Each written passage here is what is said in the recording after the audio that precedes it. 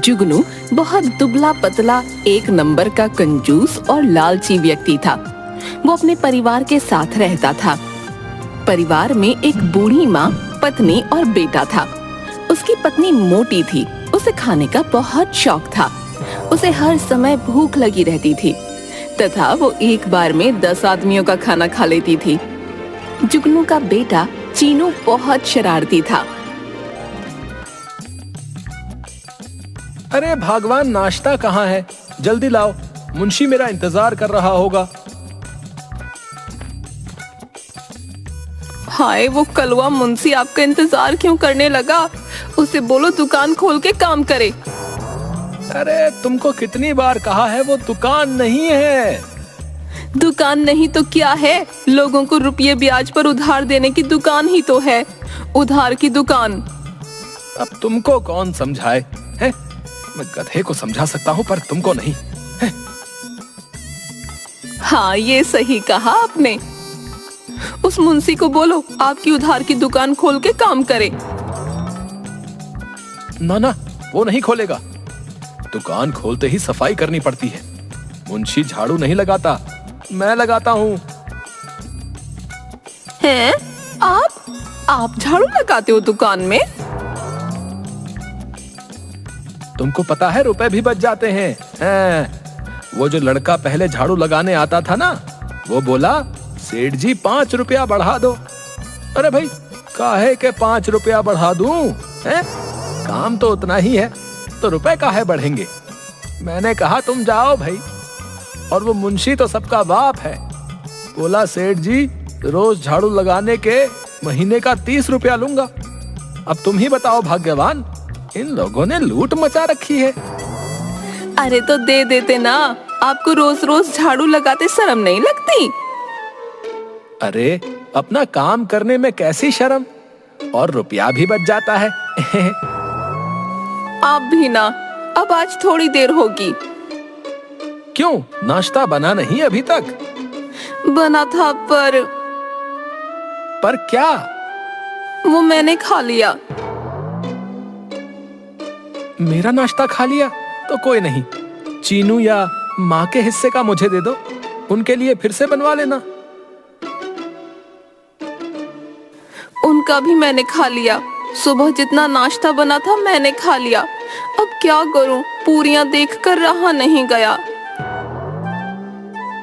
तुम्हारी इस खाने की आदत ने मुझे बर्बाद कर दिया है। इतना रुपया राशन में जाता है, कुछ पता भी है?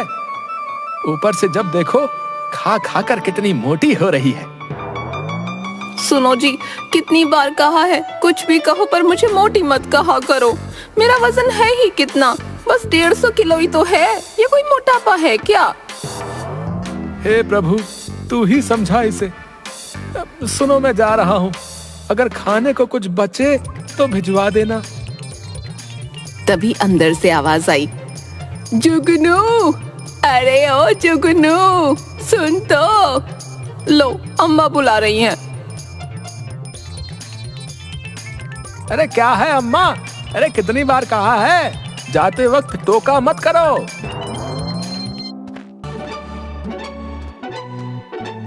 बेटा, मैंने कब टोका? टोकती तो ये मुटल्ली है। बबली ने माँ को घूर कर देखा। ऐसे क्या घूर रही है? माँ इसे छोड़ो, बोलो क्या काम है? बेटा, मैंने रात को सपने में तेरी दादी को देखा। वो बोली कि उसको गंगा घाट जाना है। अब बेटा, उसको गए तो 20 बरस हो गए। ऐसा कर, तू गंगा जी के दर्शन करा। और हाँ, इस मुटल्ली और चीनू को भी ले जाइयो। अरे माँ, गंगा जी यहाँ थोड़े ही है। अरे उसके लिए काशी जाना पड़ेगा, काशी। हाँ तो जाना। और सुन, मैंने तो कह दिया, तेरी कंजूसी यहाँ ना चलेगी। अगर नहीं गया तो सबको इस घर से निकाल दूंगी, समझा? कहाँ फंसा रही हो मेरी माँ? मैं और बेटा तो सही है, लेकिन इसका तो किराया भी 4 के बराबर लगेगा। अब आपकी खैर नहीं। अच्छा माँ, अभी जाता हूँ, दुकान का काम निपटा कर आता हूँ।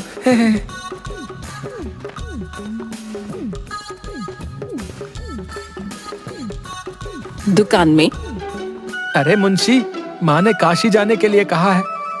तू मेरी, चीनू और उसकी माँ तीनों की रेलगाड़ी की टिकट का हिसाब लगाकर कुल कितना खर्चा होगा ये बता।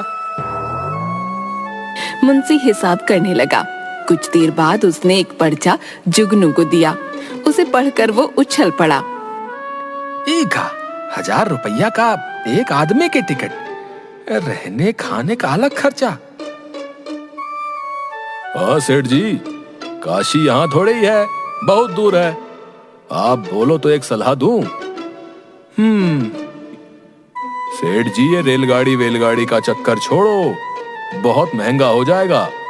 आप बस से चले जाओ, बस का टिकट सस्ता भी है और शाम वाली बस का और भी सस्ता है। मुंशी, तुम सच कह रहे हो?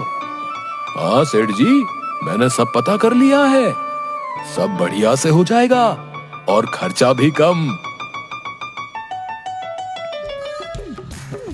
शाम को जुगनू, बबली और चीनू को लेकर बस के लिए निकल पड़ा।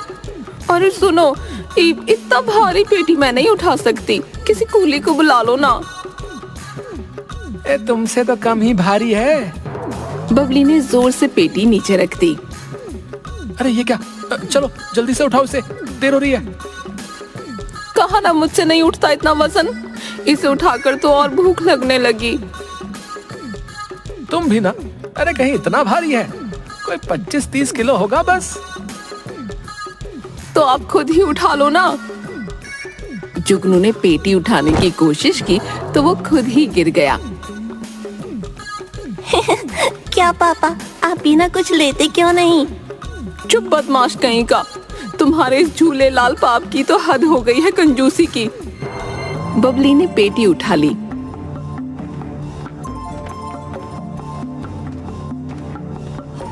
तीनों स्टैंड पर पहुंचे तो वहां बहुत भीड़ थी। जुगनू एक आदमी से, ए भैया, ये शाम को काशी जाने वाली बस कौन सी है?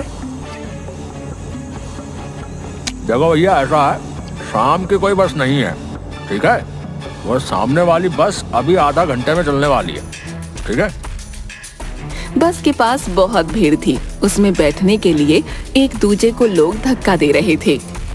पापा, क्या हम इस बस में जाएंगे? अरे ना, ई में तो खड़े होने की भी जगह नहीं है, हम ना जाएंगे इसमें। कोई ढंग की बस हो तो बताओ।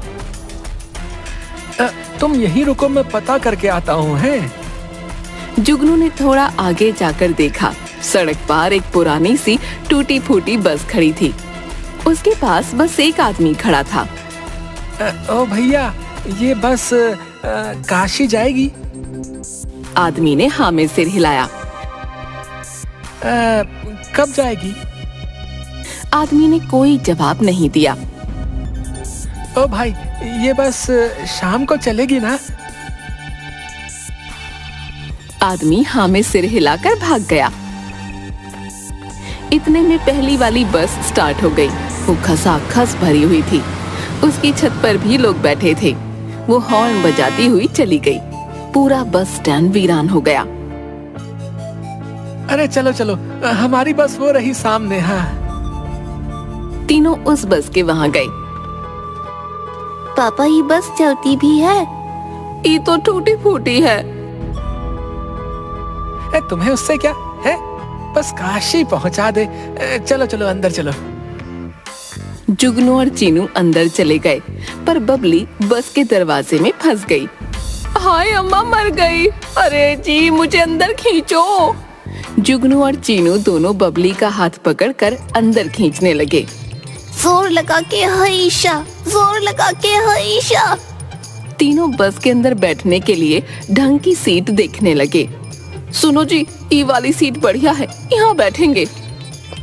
कहकर वो सीट पर बैठ गई और चीनू उसकी गोद में बैठ गया। जैसे तैसे जुगनू भी वहीं फंस कर बैठ गया। हाँ भाई, सब लोग ढंग से बैठो। ये बस कब चलेगी? बस अभी चलने वाली है। भैया, ये बस तो एकदम खाली पड़ी है। कोई और सवारी नहीं आएगी क्या? नहीं नहीं, कोई और नहीं आएगा, तुम लोग आराम से बैठो, कहकर वो जोर जोर से हंसने लगा। तभी बस स्टार्ट हो गई। पूरी बस जोर जोर से हिलने लगी और जुगनू सीट से नीचे गिर गया। पापा गिर गए, पापा गिर गए। चुप बदमाश! भगवान, पूरी सीट तो तुमने घेर ली है, मैं पीछे वाली सीट पर बैठता हूँ। बस हिचकोले खाती हुई चलने लगी। सुनो, जरा संभल कर, कहीं वहाँ भी ना गिर जाना। अम्मा, मैं भी अकेले सीट पर बैठूंगा, यहाँ कैसे खेलूंगा? अच्छा ऐसा कर, सामने जाके बैठ जा, मैं भी थोड़े अपने पैर फैला लूं। रात होने पर बस में अंधेरा हो गया। अरे बत्ती जलाओ। बत्ती नहीं है। फिर उसकी जोर जोर से हंसने की आवाज आई। सुनो जी, किसी होटल में बस रुकवाओ, मुझे तो बहुत भूख लग रही है। ये बस सुबह से पहले कहीं नहीं रुकेगी। फिर उसकी जोर जोर से हंसने की आवाज आई। अरे सुबह खा लेना, अभी खिड़की खोलकर आराम से सो जाओ। भूखे पेट नींद, ये बढ़िया मजाक है।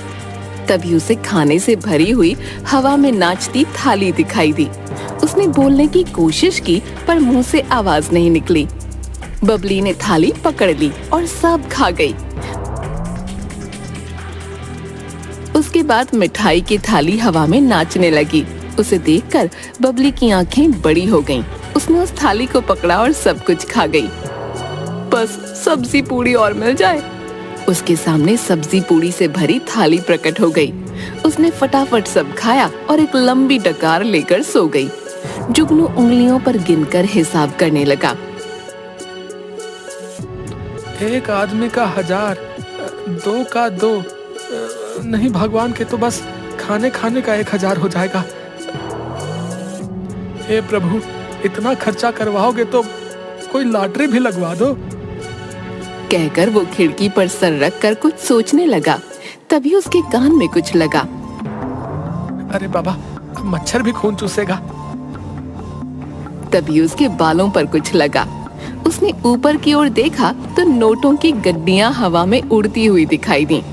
उसने आंखें मल-मल कर देखा। ये असल के रुपए हैं। उसने दूसरी गड्डी पकड़ी तो और 10 गड्डियां हवा में नाचने लगीं।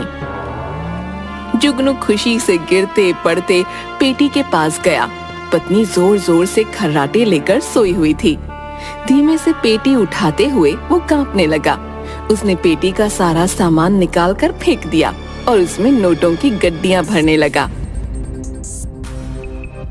बाप रे, लॉटरी लग गई, लॉटरी! प्रभु, सच्ची में लॉटरी लगा दी। एक साथ इतना पैसा तो मेरे पुरखों ने कभी भी नहीं देखा होगा। अब मैं सोऊंगा नहीं, कहीं वो कंडक्टर का बच्चा चुरा ले गया तो वो खुद उससे चिपक कर बैठ गया। पर थोड़ी देर बाद उसे नींद आ गई। ओह, मेरा कंचा मिल जा रे बाबा, मिल जा। पर नहीं मिला। ऑप्शन पर नहीं मिला। चीनू उदास होकर सीट पर लेट गया तो उसे हवा में उड़ती हुई गेंद दिखाई दी। ये कैसी गेंद है जो हवा में उड़ रही है? चीनू ने गेंद पकड़ने की कोशिश की तो हाथ लगाते ही वो 2 हो गईं। तो गेंद। उसने पकड़ने की कोशिश की पर वो और ऊपर हो गईं। बच्चों, अभी बताता हूँ। उसने फटी हुई सीट पर चढ़कर गेंद पकड़ ली। गेंद अच्छी है पर मेरा कंचा ज्यादा अच्छा है। मिल जाना, कहाँ खो गया? तभी चीनू के सामने उड़ते हुए कंचे आ गए। चीनू उन्हें पकड़ने लगा। उसने कंचों को अपने रुमाल में बांध दिया। वाह, कितने सुंदर और बढ़िया कंचे हैं, मजा आ गया। वो पटली को सिर के नीचे रखकर सो गया। थोड़ी देर बाद बबली की आंख खुली। हाय रे, बड़ी भूख लगी है। काशी तो अभी बहुत दूर है, कहीं से कुछ चटपटा मिल जाए तो मजा आ जाए। तभी उसे हवा में पकवानों से भरी थाली दिखाई दी। वो पकड़ने की कोशिश करने लगी तो वो और दूर होती जाती।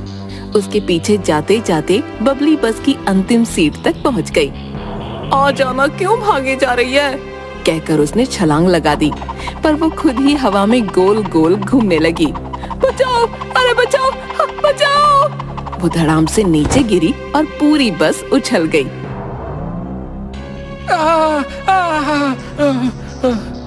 बस रुक गई। तब जीनू और जुगनू ने बबली को उठाया। इस ड्राइवर और कंडक्टर को छोड़ूंगी नहीं। उसने ड्राइवर सीट पर देखा तो वहाँ कोई नहीं था। सुनो जी, ये दोनों कहाँ गायब हो गए?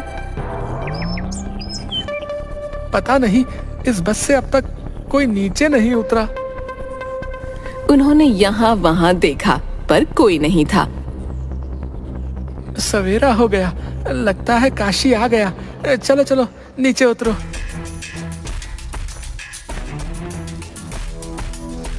नीचे उतरने के बाद पापा, ये तो हमारे गांव जैसा लग रहा है।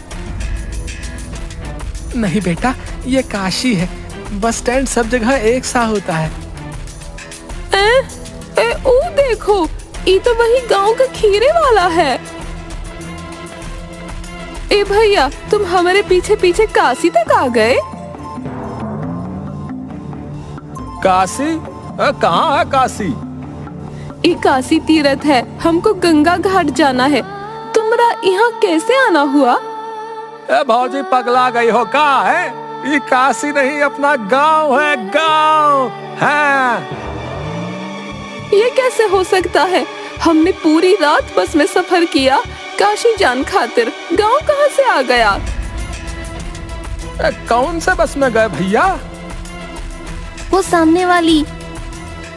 खीरे वाला सामने देखता है, वहाँ कोई बस नहीं थी और जुगनू और बबली बस को वहाँ न देखकर वहीं खड़े खड़े सुन्न हो गए। भाई, हम लोग पूरी रात एक बस में सफर करके आए हैं भाई, लेकिन अब देख रहे हैं तो अपने ही गांव में है। आप हमें किस बस में ले गए थे जी? मैंने तो खूब चटकारे लगाकर पता नहीं क्या क्या खाया है रात में। हाँ, और मैंने तो तुम्हारे संदूक से सामान बाहर फेंक पैसों से भर लिया है। दोनों जल्दी से संदूक खोलकर देखते हैं, उसमें कपड़ों के सिवाय कुछ न था।